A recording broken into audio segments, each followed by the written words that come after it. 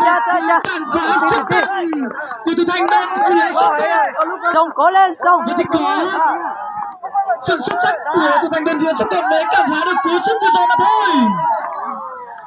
Vâng, và người đá quả đầu tiên bên phía Sóc Cộng đó sẽ là Azar, một cầu thủ rất quan trọng bên phía Azar.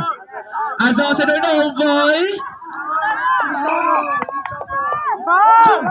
Azar đối đầu với Trung. Azar Trung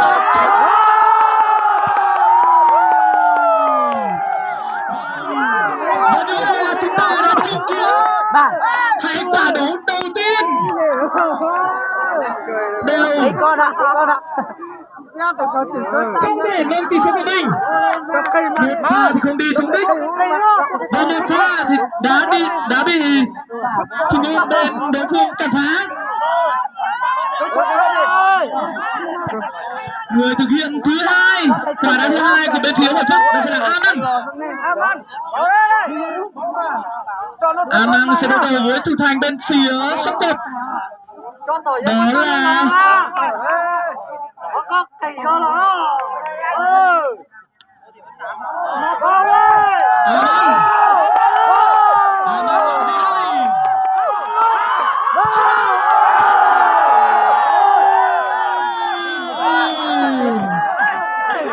rất tiếc cho mình. Thủ môn thì cũng đã đoán sai hướng, tuy nhiên cú sút của anh thì không đi trúng đích. Người thực hiện quả đá thứ hai của đội Sóc Cộng đó sẽ là A Trăng. A Trăng sẽ đến đây.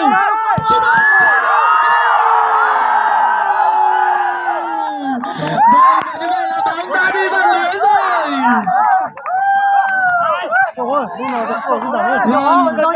Chỉ có sự thiếu chút may mắn của thủ thành bên phía Huệ Phúc mà thôi. Và tỷ số lúc này đang là 1-0. Nhưng người cầu thủ bên phía Sóc Cộng và người quả đá thứ ba của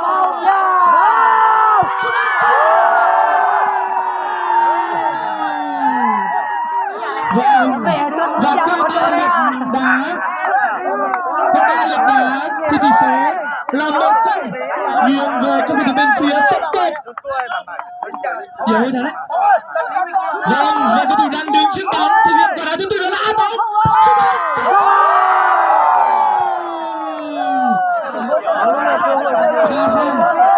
Hai pha cản phá của A Trung đều đoán đúng hướng của quả bóng. Và người đá thứ tư của bên phía Sóc Cộng đó sẽ là Ania. Ania sẽ làm gì đây? Ania làm gì đây? Sút bóng.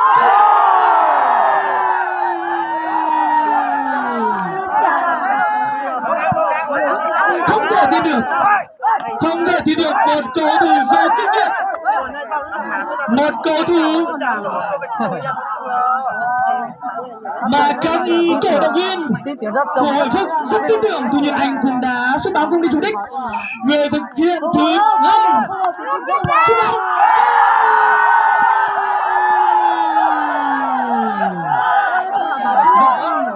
Và như vậy là đội chiến thắng trận thứ nhất của vòng bán kết là số thuộc về các cầu thủ bên phía Sóc Cộng.